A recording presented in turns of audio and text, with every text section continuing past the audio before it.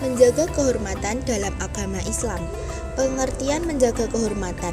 Maksud dari menjaga kehormatan adalah menjaga harga diri, nama baik, dan kemuliaan diri. Dengan kata lain, menjaga harkat, martabat, dan harga diri manusia. Menjaga kehormatan dalam bahasa Arab disebut dengan muru'ah. Muru'ah adalah proses penjagaan tingkah laku seseorang agar sejalan dengan ajaran agama, menghiasi diri dengan akhlak terpuji, dan menjauhi segala bentuk keburukan. Selain muru'ah juga disebut dengan istilah ifah. Secara bahasa, istilah ifah berarti menjaga dari sesuatu yang tidak bermanfaat atau menjauhi hal yang buruk dan terlarang. Sedangkan secara istilah berarti sifat yang menjadikan seseorang dapat menghindari dari menuruti hawa nafsunya.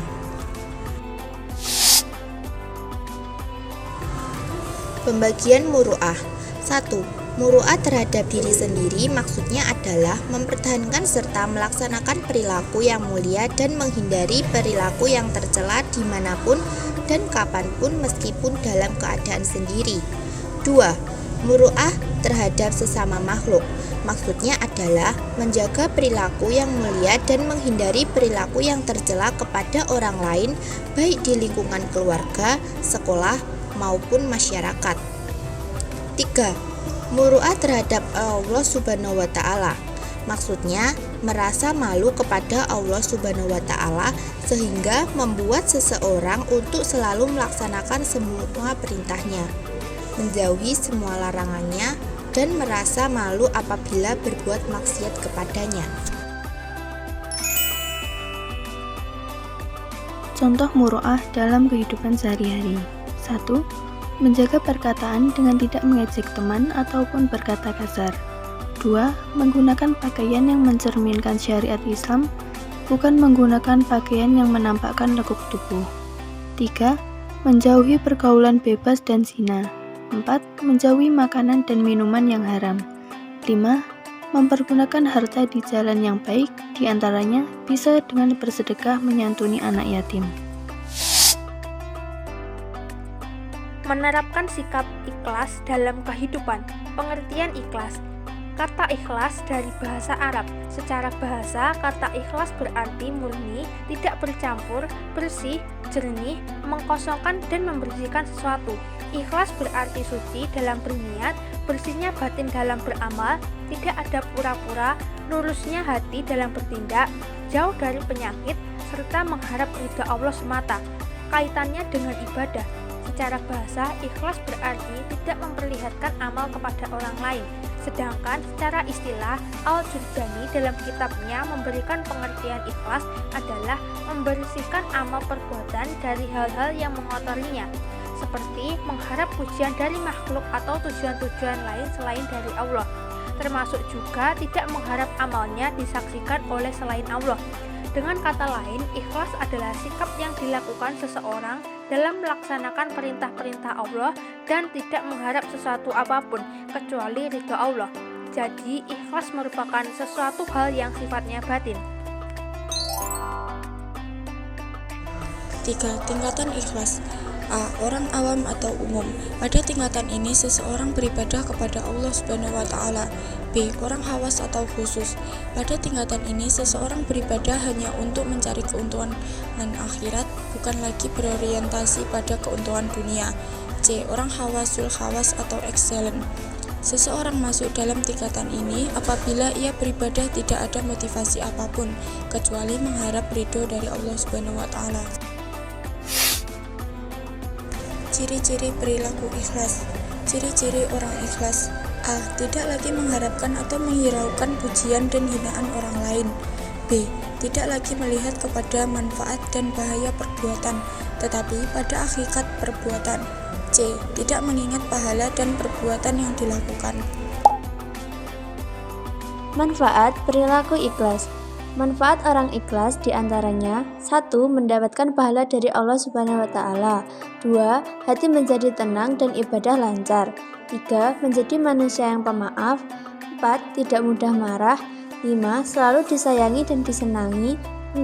Dijauhkan dari sifat kotor seperti ujub, iri, dan takabur.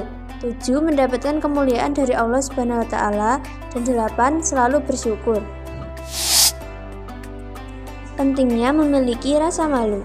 Malu dalam bahasa Arab disebut kata al-haya. Malu disebutkan oleh Nabi Shallallahu Alaihi Wasallam sebagai cabang dari iman karena dengan sifat malu seseorang dapat tergerak melakukan kebaikan dan menghindari keburukan. Sifat malu akan selalu menghantarkan seseorang kepada kebaikan. Macam-macam malu. 1.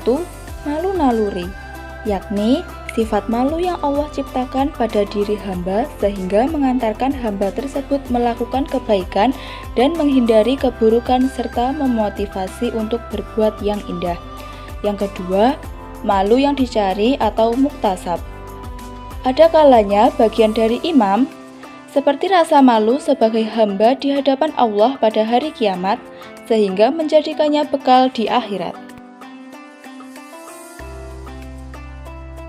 Manfaat malu.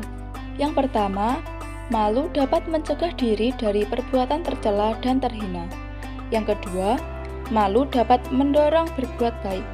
Yang ketiga, malu akan mengantarkan seseorang menuju jalan yang diridhoi Allah Subhanahu wa taala.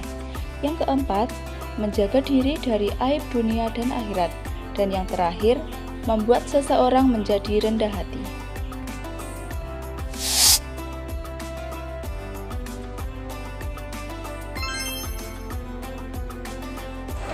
Terbiasa menerapkan perilaku zuhud. Zuhud adalah memalingkan dan meninggalkan sesuatu yang dicintai, yaitu kemewahan material atau duniawi, dengan harapan akan keberadaan atau kebahagiaan yang lebih baik dan spiritual di akhirat.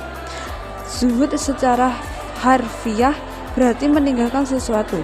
Kata zuhud berasal dari bahasa Arab yang berarti tidak menginginkan sesuatu dengan menyerahkannya. Manfaat zuhud itu sendiri ialah sebagai pertahanan diri pribadi menjadi tenang, senantiasa menebar kebaikan, khusyuk dalam beribadah, dan memiliki motivasi yang baik dalam menjalani hidup. Sifat-sifat orang zuhud. A. Sabar. Sifat sabar mampu menyadarkan seseorang yang memiliki ujian atau cobaan dalam kehidupan. B. Tawadhu. Seseorang yang memiliki sifat tawadhu akan mempunyai sifat rendah hati. C. Ikhlas. Seseorang yang selalu menerima kehilangan dengan ikhlas lantaran dirinya mengetahui bahwa segala sesuatu yang ada adalah milik Allah SWT. Cara membiasakan perilaku zuhud. 1. Memelihara diri dari perilaku yang tidak bermanfaat dan tidak terpuji. 2. Menjauhkan diri dari sifat rakus dan menumpuk harta dengan hidup bersahaja. 3. Berperilaku suka bersedekah dan berbuat kebaikan.